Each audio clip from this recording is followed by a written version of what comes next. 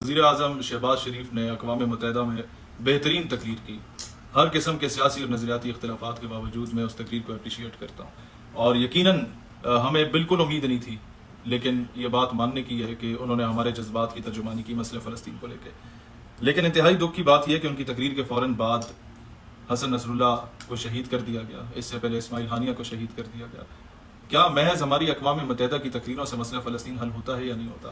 Nitin Yahoo اسرائیلی president جب اقوام متحدہ کے فورم پہ تقریر کرنے گیا تھا تو پورا 95% لوگوں نے واک آؤٹ کر دیا اور اسے بائیک آؤٹ کیا. کیا اس سے نیتن یاہو کی صحت پہ فرق پڑا؟ اس نے کہا تم لوگ میرے جوتے کی نوک پہ ہو، میں تم لوگوں کو مانتا ہی نہیں ہوں. یعنی کہ اقوام متحدہ جہاں پر انٹرنیشنل کورٹ آف جسٹس نے جب نیتن یاہو کے گرفتاری کے آرڈر دیے تو اقوام متحدہ میں اصولی طور پہ تو اسے گرفتار کر لینا چاہیے تھا، وہ ایک ڈکلیئر دہشت گرد ہے، لیکن نہیں کیا، کیونکہ اقوام متحدہ امیر ممالک کے گھر کی طوائف کا نام ہے. صرف تقریریں کر کے اپنی عوام کو راضی کرنے والا کام کرتے ہیں ہمارے وزیر اعظم بھی اور تمام وزرائے اعظم.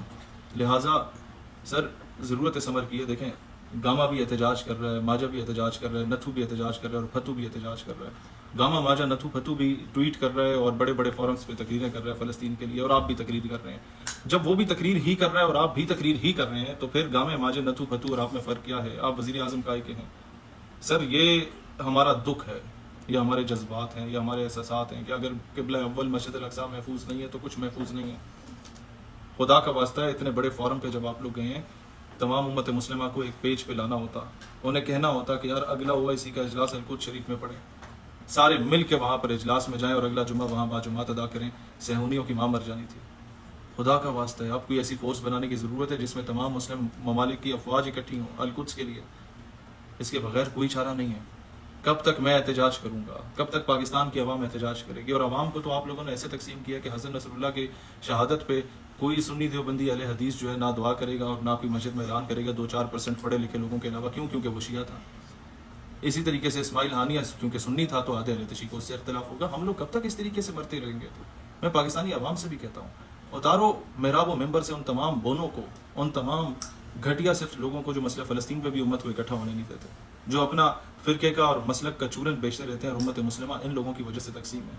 مسلمان ایک دوسرے کے خلاف لڑ رہے ہیں، ایک دوسرے کے گلے کاٹ رہے ہیں. ہم اپنے دونوں پڑوسی ممالک مسلمان ممالک سے لڑ کے بیٹھے ہوئے ہیں، ان سے ناراض ہو کے بیٹھے ہوئے ہیں. ایک طرف یاجوج ماجوج کی نسل بیٹھی ہوئی ہے، وہ بھی انٹرسٹ کے لیے ہمارے ساتھ ہے. دوسری طرف ہندوستان ہے، ہمارا ازلی دشمن ہے. ہم کب اکٹھے ہوں گے؟ ہم سے اچھے تو ہندوستان کے وہ مسلمان ہیں جو اکبر اویسی کی قیادت میں ممبئی سارے چلے گئے تھے اسلام کا پرچار کرنے کے لیے، اسلام کا پرچم اٹھا کے، فلسطین کے جھنڈے اٹھا کے، ہر قسم کے ظلم و ستم کے باوجود. ہم کب اکٹھے ہوں گے؟ خدا کا واسطہ ہے آپ اس باؤنڈریز سے باہر نکلیں کہ میں پاکستانی، تم ایرانی، تم افغانی، تم سعودی، تم ایرانی، تم فلانے ڈھمکانے. نہیں نہیں نہیں. بازو تیرا توحید کی قوت سے قوی ہے، اسلام تیرا دل سے تو مستفوی ہے. کوئی پوچھے کہ جناب کیا پاکستان نہیں ٹھیکہ اٹھایا ہوا؟ شہباز شریف نے تقریر تو کر لی نا، اور کیا کرتا؟ جناب پاکستان نہیں ٹھیکہ اٹھایا ہوا کیونکہ ہم واحد نیوکلیئر اسٹیٹ ہیں ان دا انٹائر مسلم ورلڈ. ہم نے ہی ٹھیکہ اٹھایا کیونکہ ماضی میں بھی ہم نے پوری امت مسلمہ کے ہر مظلوم کی آواز بھی بنے اور پریکٹیکلی اسے سپورٹ بھی کیا. لیکن مشرف اینڈ آفٹر مشرف دور سے جتنی بھی حکومتیں آئی ہیں وہ بزدل اور بغیرت آئی ہیں.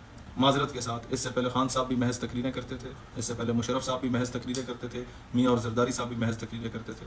ایک وقت کے لیے خود کو PTI PMLN اور پیپلز پارٹی کا سوچے بغیر ذرا بطور مسلمان سوچنا شروع کرو کہ ہم لوگوں نے محض تقریروں کے علاوہ کیا کیا ہے اپنے گریبانوں میں. میں سب سے پہلے جھانک رہا ہوں، مجھے افسوس ہوتا ہے.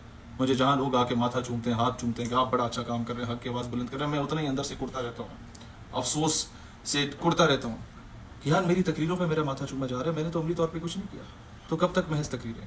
اور ہم اور کر بھی کیا سکتے ہیں؟ لیکن جو حکام بالا بیٹھے ہیں، آپ لوگوں کے پاس بہترین افواج ہیں، بہترین انٹیلیجنس ایجنسیز ہیں. آپ لوگوں کو کچھ عملی طور پہ کرنا پڑے گا، نہیں تو آج فلسطین کے بچے کل آپ کے اور ہمارے بچے ہوں گے. پاکستان پائندہ باد.